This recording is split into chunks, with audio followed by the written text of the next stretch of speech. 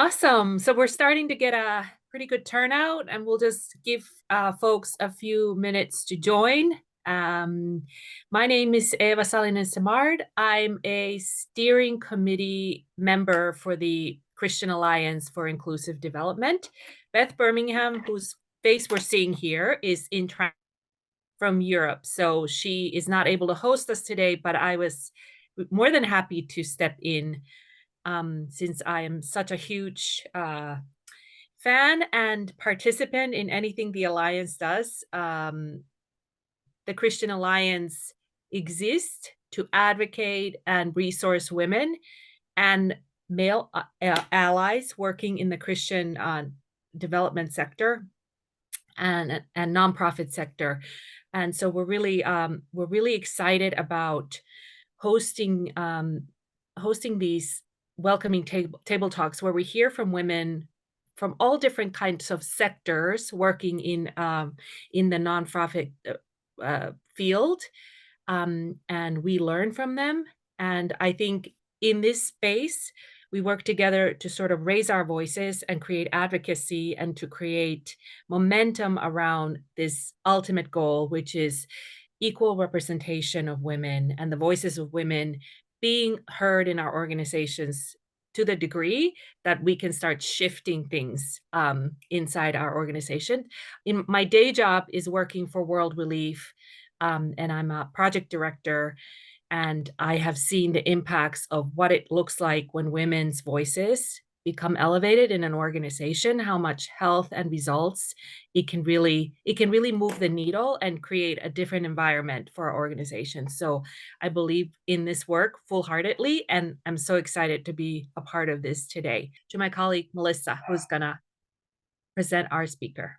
I am very excited to have Carol Nganga with us from Kenya. She is a social justice advocate, podcaster, and the founder and director of Msingi Trust in Kenya, a movement that was established to mobilize, inspire, equip, and network Christians towards social justice, social activism, and social transformation. She's a mover and a shaker. As an ardent activist in gender justice, equality, and empowerment for all, Carol has worked to bridge the gap between faith leaders and grassroots human rights defenders by facilitating connections and conversations that bring light to fighting injustice within their community contexts. She says, "I long for the day that as citizens, we will be able to engage amongst ourselves, government agencies, and global leaders with a legitimate voice that is transformation-seeking and peace-bringing." Carol has her bachelor's degree in community leadership and development from Cornerstone Institute in Cape Town, and for the past 14 years has walked alongside various communities towards interventions for their empowerment. Today, she will be sharing about her 100 Voices for Change initiative from Nairobi. Please let's warmly receive her to the welcoming table talk and plan to engage in a lively discussion after her presentation. Welcome, Carol, to the table. Asante, thank you very, very much. It's always strange to hear your title and your bio being read and being spoken about, but it's an honor to be here. We look forward to our conversation. Yeah. I have myself. Welcome. Go ahead, and we want to share. Yes. So we'll start. We're going to be exploring a project that we are just winding up. It's on faith, feminism, and freedom. And we called it 100 Voices of Change. But before we do that, I'd like to introduce Msingi to you through a video.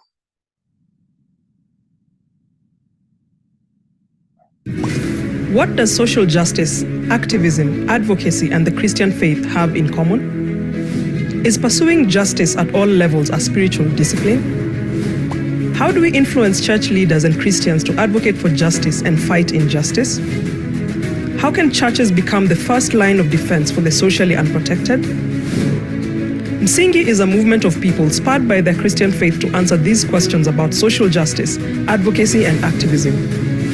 Msingi believes the church can be empowered to redemptively advocate for justice for the most oppressed, for those relegated to the fringes of society, for the disempowered, and those without access to power. In his inaugural sermon, Jesus spoke about those on the margins of society, about their freedom and their liberation. Pursuing justice is at the core of being a Jesus follower. Justice and righteousness is the foundation of God's throne. Msingi's name, call, heart, and bold mission draws from this, holding true to the tenets of God's kingdom. Our faith propels us to seek justice and spend ourselves on behalf of the poor. Justice is their shield and defender.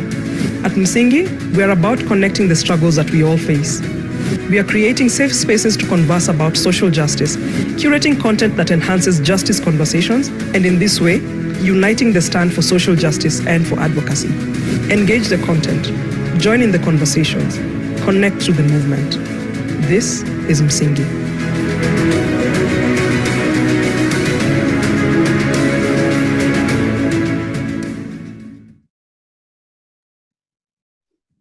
Thank you. So that's us. And as we said, we mobilize, inspire, equip, and network Christians towards social justice, social activism, and social transformation. The name Msingi actually comes from scripture, Psalms 89:14. Righteousness and justice is the foundation of God's throne. Love and faithfulness go before you. So Msingi means foundation. And I keep saying that we've built the righteousness pillar of the church so much, we've forgotten about the justice pillar. And so what we're doing is we're bridging the justice gap in the Kenyan church, in the African church, and in the global church. And so vision, a Kenyan church pursuing justice for all. And we do this through content creation, online and offline, making connections, having conversations. And what we are doing with that is that we are bringing people and ideas that would not necessarily sit together on the table, and ensuring that we are having conversations that are for transformation in the community. So why 100 voices of change? I think for me, this is a personal, this comes from a personal experience, because I was part of a leadership development journey where we started with so many men, with quite a number of men and two ladies. At the end of it, I saw how the men were being prepared for leadership, and how as women we were being prepared for leadership. How even when we were very good leaders as women, and I would call myself a good leader, I was not given the opportunities that my fellow young men were doing. I love them, I still love them, but the opportunities given to us were very little and very managed and micromanaged. And so when we had this call from Voice, which is a secular organization that has never had anything to do with faith, when we had this call on faith, feminism, and freedom, we immediately applied to it. And what we wanted to explore is how women get power in faith spaces, and how their experience of leadership within faith spaces looks like. And so we implemented this project called Feminism and Faith, 100 Voices for Change, in two areas in Kenya, in the western parts and Nairobi. The aim of the project was to challenge the cultures of silence within faith, investigate women's multiple social cultural identities, and how these identities intersect or clash in the journey to freedom, self-realization, and the pursuit of leadership within faith communities, workplaces, and their communities. So the silence is around sexual and gender-based violence. It's about patriarchy. It's about how they've accessed power. And so those were the questions we wanted to find out. So the church, how it looks like, church attendance in Kenya is nearly 70%, female, while church leadership is 80% male. we can actually boldly say the higher you go in church leadership, the maler it becomes. If women failed to show up in churches, it would collapse. Yet the leadership demographics do not account for their numbers. And so we have to ask, what needs of women in these spaces are not met when they're not in leadership? What do our institutions miss out when they neglect women's voices and experiences to guide them in decision making? And so to answer that question, we said, let's do a baseline survey. And so the baseline survey purposely was to inform the establishment of realistic and achievable targets. We wanted to find out, we had a thesis statement that we wanted to test, and what we found from the baseline survey was, or the bullet,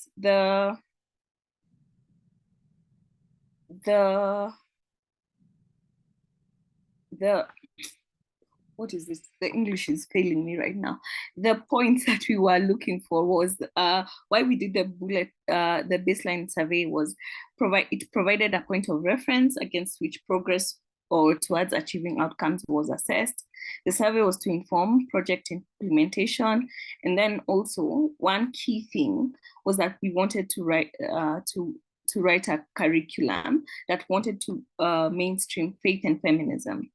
And then we wanted to find, for it to help us have a strategic operational guide of the whole project. So what are the key findings from our baseline survey, which was we have the baseline survey in, if anyone would like to have a look at it. We found, we looked at mainstream feminists, that's what I'll call them. Then we also looked at theological institutions, and we looked at churches. And the actual raw data is very interesting. So some of the findings that we found is that an aggregate majority percentage of men occupied leadership positions compared to women. However, women were willing to take up leadership positions in the churches and theological institutions, advancing and lobbying for their empowerment. Then another finding was that a grounded understanding of feminism was found to be largely missing. The church leadership, owing to androcentric permeated traditions, did not conceptualize how the inclusion of women in leadership was an issue. So we found that some of them were like, wait, what? Women want to be leaders? Why? How? Are they not just fine with coming to church, singing, sweeping? Why is this an issue? And then most theological institutions stayed clear of gender, feminism, and women's causes, citing that they saw no need to incorporate women's studies in the curriculum and the church. So we were being told we are causing a problem where there is no problem. Why are we muddying the waters? Then it was found that the majority of women embraced empowering and liberating gender practices, though cited challenges of practicing the liberative tenets within the church and in theological institutions. And this is mainly because of socio-cultural norms in the areas where they found themselves. And so we can talk, and I say this all the time to my mainline frontline activists, we can talk about liberation all the time, but if you don't engage the socio-cultural dynamics in a space, we are not really challenging the power structure. And then if you're not speaking to the faith leaders, who I would say have the final say to many of the women, we are not really dealing with the issues in the community. And so it was also found that there was a desire for collaboration and in advocating, relearning, learning, about women's liberation and freedom, and they wanted to engage more, both in churches, theological institutions, and in the community at large. And so what I find from that conversation is that there's a willingness to do better, there's a willingness to learn, there's a willingness to grow. Then in Kenya, we have what is called the 2/3 gender principle, where we are told that in any leadership position or any committee, any leadership space, 2/3 of them need to be the 2/3 gender rule states that out of the whole constitution of the group, 2/3 of them have to be one gender and another third is another gender. Because what used to happen was that all leadership positions, all appointments, 100% of them used to be men. And so we are saying, let's work with the 2/3 gender rule so that then at least there is a third representation of women, which is, we want 50-50, but we know where we are. We cannot get to 50-50, but 2/3 is what we are working at. And so that's also a problem. That's a problem still. So what were the conclusions and the recommendations from the baseline? It said that the baseline shows that the current interplay of faith and feminism in churches and theological institutions, especially amongst women in regard to their leadership positioning and engagement in leadership, is still relatively low and needs improvement. So there is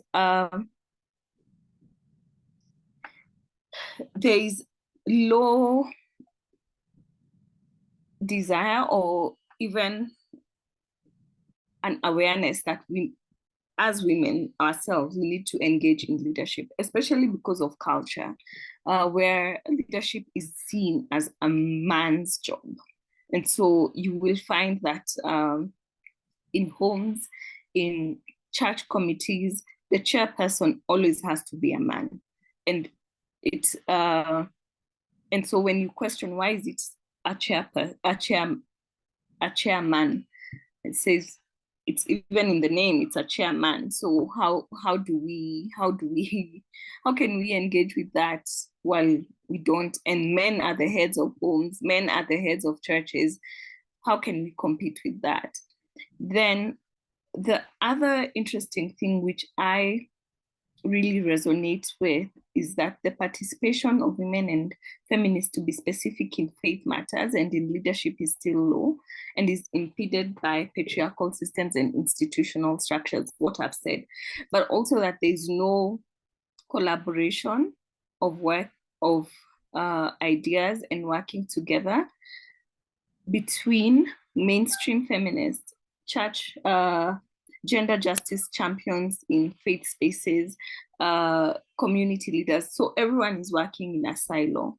And when we hosted the Faith and Feminism conference last year, it was the first time where people with very diverse ways of thinking came together and actually found out that we are all trying to solve one problem, which is gender justice. And so and the conversation now has been, how can we collaborate instead of pointing fingers at each other? Because that's what we do. We say these ones are blinded by religion, these ones are blinded by NGOism, these ones are blinded by culture, yet we are all fighting for liberation of women and growing the voices of women in all leadership spaces, in NGOs, in church spaces, in their homes, in their community. And so bringing the women together was really amazing. And we've created a community of practice that is engaging more on matters of gender justice in all these sectors. And so we've also seen that there's space and there's room feminism can interplay. As we said, Msingi brings together ideas and conversations that will not necessarily sit at one table. And so seeing that people of faith, gender justice champions, feminists, all of us can sit together around the table and talk about the liberation of women and look through the structures that exist, that are man-made, that are cultural, that are theological, that are used to silence women. And so by naming it 100 Voices of Change, we are trying to bring more voices to the conversation around the strength of women's voices in building societies and in building communities, and what we miss out when we silence the voices of women, or when women themselves silence themselves because this is not our place. And so what are the key recommendations, and what would we want to, as Msingi, see going ahead? Would love to see the prioritization of developing women's capacity on faith and organizational leadership, advocacy, and networking for gender equality and empowerment of women. I think a strange thing that happened was how we saw, or in conversation with who we would call radical mainstream feminists, who, when we had the conference, said, I didn't know that I could be a Christian and still fight for gender justice issues, because then we've made it a polarizing conversation, that I cannot speak about my faith and I cannot speak about my stance on gender justice. And so incubating spaces where these two can be safe and we can dream together is a dream of what we are going to do, and is part of what we are going to do. Then the other recommendation was to strengthen knowledge capacity on feminism by strengthening and emphasizing the interplay between faith and feminism on matters of leadership, not only in church settings, but also in governance systems and structures, in NGOs, in activist movements, and all that. Then there's a recommendation that we support women's engagement in leadership positions, both in the church and theological institutions, by supporting their engagement in dialogue and advocacy through training, support, and planning action. Then facilitate organizational development, maturity, and collaboration by building strong, sustainable networks and platforms for engagement on faith and feminism. So how do we start the journey to implementing the recommendations so as to amplify women's voices and power in faith spaces, theological spaces, movement spaces? The work that we are laying the foundation for is building a movement, a community that grows together and helps each other in the journey of voice amplification. Key to this community is the Empowered Voices curriculum. The Empowered Voices, a faith and feminism curriculum, seeks to provide women leaders in the church, theological institutions, and society at large with a comprehensive understanding of the relationship between faith and feminism and how that relates to leadership. This curriculum aims to not only educate learners. I think we are behind at the slides. Could we go to the one on the curriculum so that we can see a picture of it? The curriculum aims to not only educate learners about faith and feminism, but also to cultivate a community of individuals who are dedicated to the cause of faith and feminism, collaborating to create a gender equitable society. This is community and movement building for faith and feminism. So we hope that through this experience and study, women will be emboldened. I think it's after that.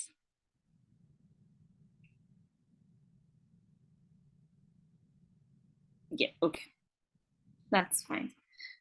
We hope that through this experience and study, women will be emboldened to identify their power, galvanize efforts and voices, and use it in their churches, homes, workplaces, and communities to serve and lead in the fullness of their gifts, passion, and calling.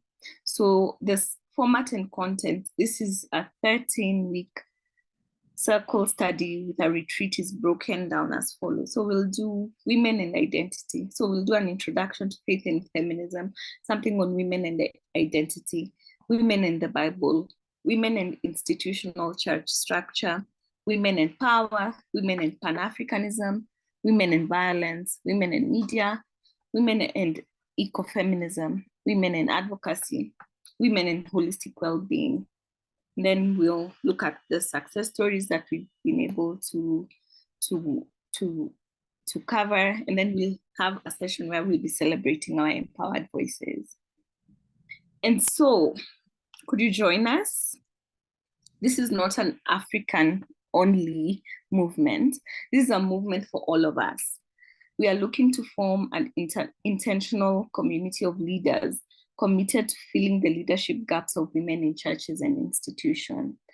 This will be a space of learning, growing together, inspiring each other to lead more. And so we are looking to train trainers of trainers who will be responsible in piloting the Faith and Feminism curriculum. And then we are also, and then run the Empowered Voices training. So how would that happen? So you could invite and refer us to like-minded organizations for collaboration and partnerships. And then you can also financially support Msingi as we grow this movement and all our other programs locally, nationally, and globally. And I think the last slide is on ways for more information and ways to support Msingi is there. So for more information, we are on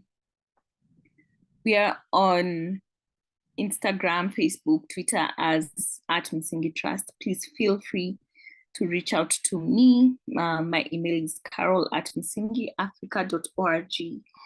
But I think one of the ways that we need to grow women's capacity is invest in their education, and we learn best in community as women, and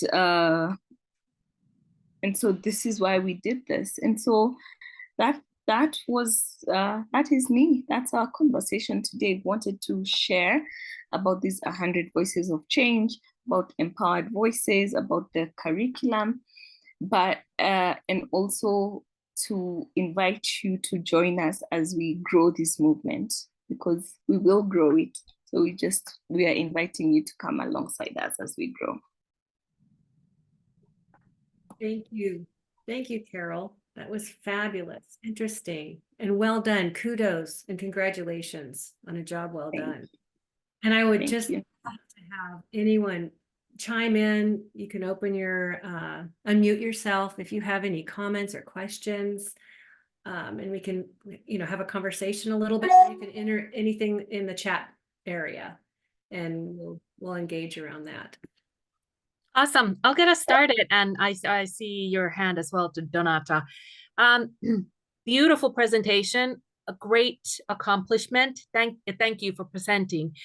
So what I noticed, because I've been sort of working in this area for a while, there are a few words that you use that would be a red flag for us in the US context. So for us to use the word feminism in our advocacy work would not be a wise choice, because in the US context, the term feminism, even though if you look at the definitions of feminism, I think everyone agrees it is the equal right of men and women to have their voices heard.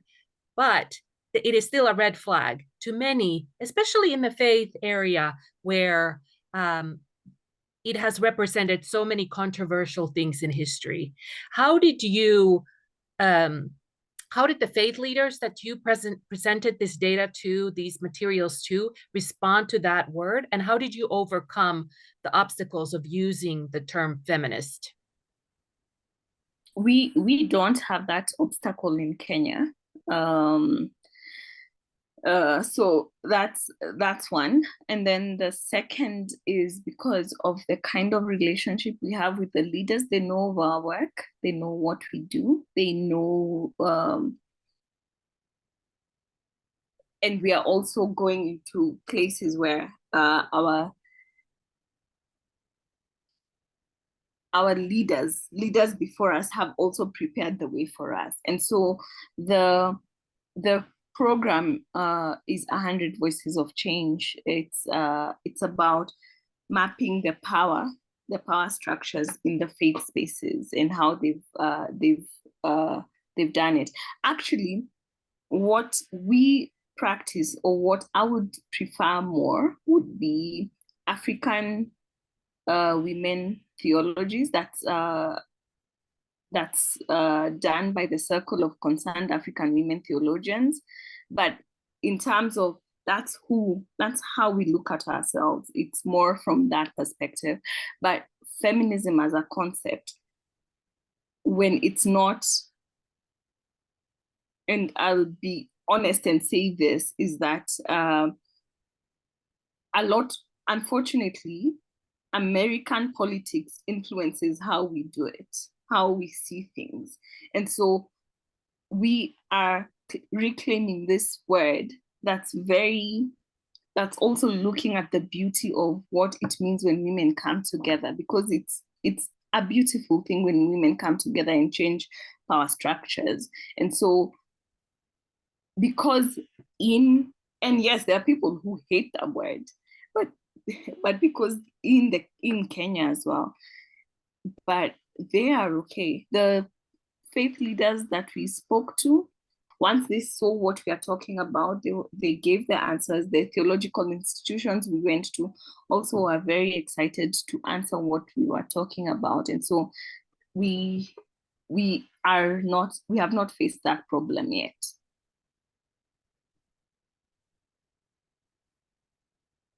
Thank you, Carol. Donata, did you want to respond? Yeah, not sort of share the same concerns as Eva, and I'm glad she pointed out that. But the moment I had the word feminism, my heart was like, oh my God, what does that even mean in a faith context? Because of course we share the same challenges, especially when you bring in Carol, you mentioned radicalism, radical feminists. That's a complete red flag in the Rwandan context. And being in the women's, having served women for the last 16 years, and adults and girls, and deeply Christian, that's a word I cannot even think of using in my church or even in my community. And of course, you've answered it. You mentioned how this does not really matter in the Kenyan context. But I want to hear it more, Carol, how you confidently and freely stand in a church or in a congregation and talk about faith and feminism. I just can't get it in my context. So I want to hear it again from you. I'm also keen to know what category of women you serve or work with, as somebody who's working with underserved, vulnerable women in the communities. I'm still struggling to really understand what feminism I'm struggling to really understand what does that really look like in the in faith, in a Christian perspective, and actually, and also being a gender studies student at master's level and going through the feminist principles and all that. So I'm really struggling to understand, and I'm really keen to look at the curriculum that you're using for me to probably further understand, but I'm equally concerned with the feminism theories, the feminism principles in a Christian perspective. Over, thank you. All right. So the women we work with, and the women that, like some of the women who attended the conference that we had reverends come, there were activists come, there were activists who were Christian, who were very passionate about gender justice and felt that the church was not a safe space for them to explore or their passions, or even call them out for being activists in the streets for gender justice and for their feminist principles. And I think one of the, and they were from all ladders of the economic sphere.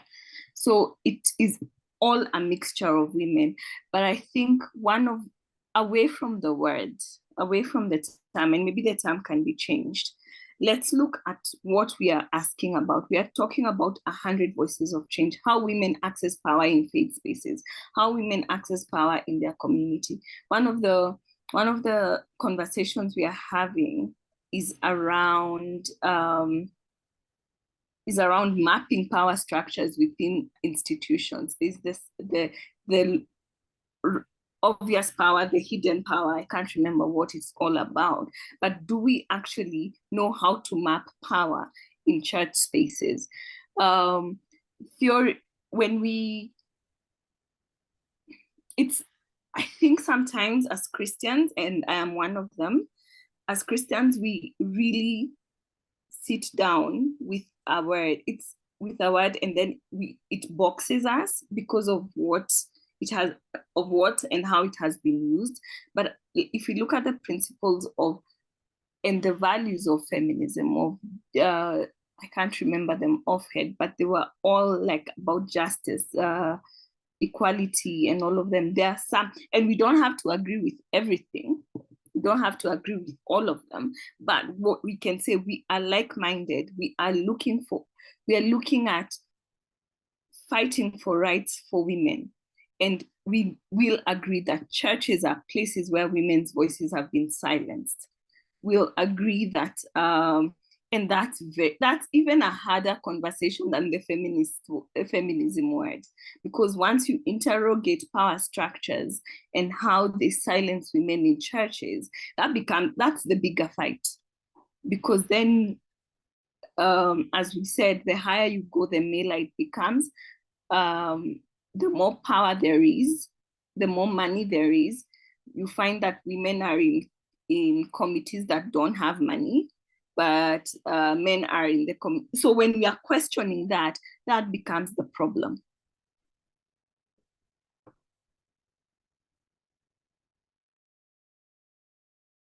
Maritza, I saw your hand. Go ahead, jump in.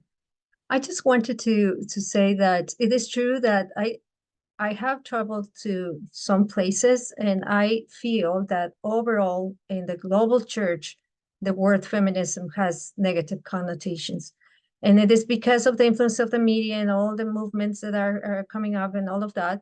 So I think it is everywhere, but at the same time, I think that we need to, as Carol said at some point, we need to reclaim that word and those concepts, because it is biblical.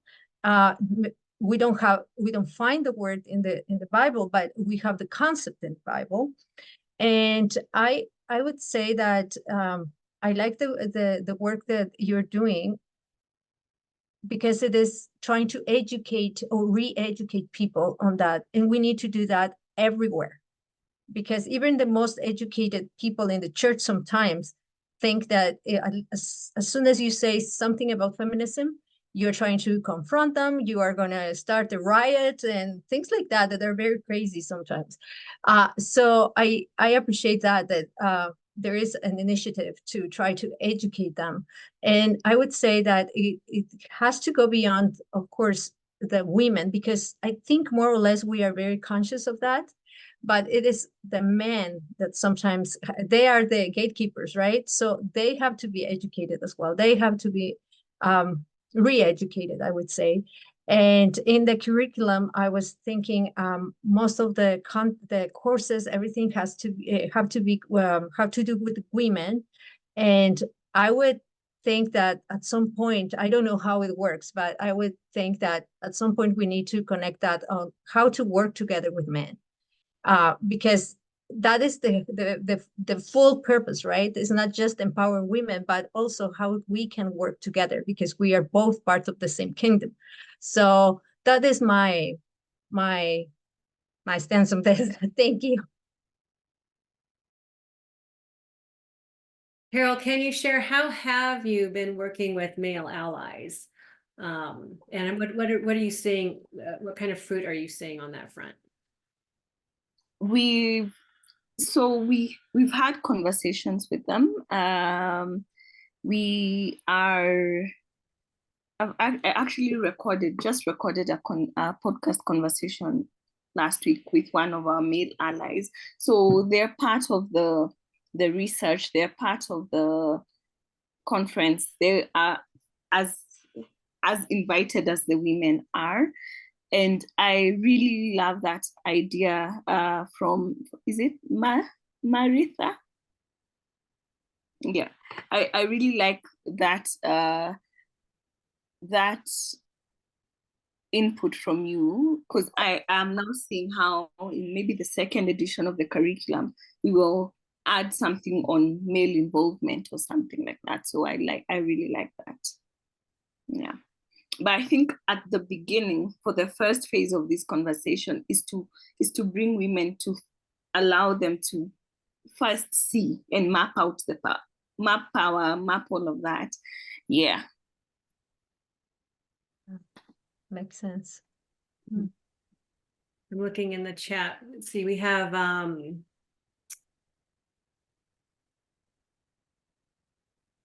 okay, yeah. Any other questions? I'm not seeing a question in the chat, but keep up the good work, Carol. Definitely, this is so good, and also not just something that needs to be happening in Kenya, which is what the Christian Alliance, a lot of this advocacy and equipping and empowering and starting these conversations, and trying to include more male allies in those conversations, and the learning and the relearning. I was so interested to see that on your slide, the collaborative efforts, creating these learning and relearning spaces. Could you elaborate on that a little more? So this is basically the core of Msingi. We are learning together, relearning, unlearning, co-learning. We have forums, we have book studies. Right now we are doing All About Love by Bell Hooks. We did Isaiah. And so let me tell you, the fun bit is I did Isaiah, where people who not read the Bible in 20 years came and read with us. And then I'm doing Bell Hooks. So it's having conversational books where the book study is the table where most of this learning, unlearning, relearning is happening. So we've done Nehemiah, Isaiah, Daughters of Anoa by Mama Masiamba Oduyoye. We've done The Sacrifice of Africa by Emmanuel Katongole. So books and content and reading together is one of the ways we are learning and relearning. And the impact for me has been more than what I thought it would be, because we've created a community of learners and seekers who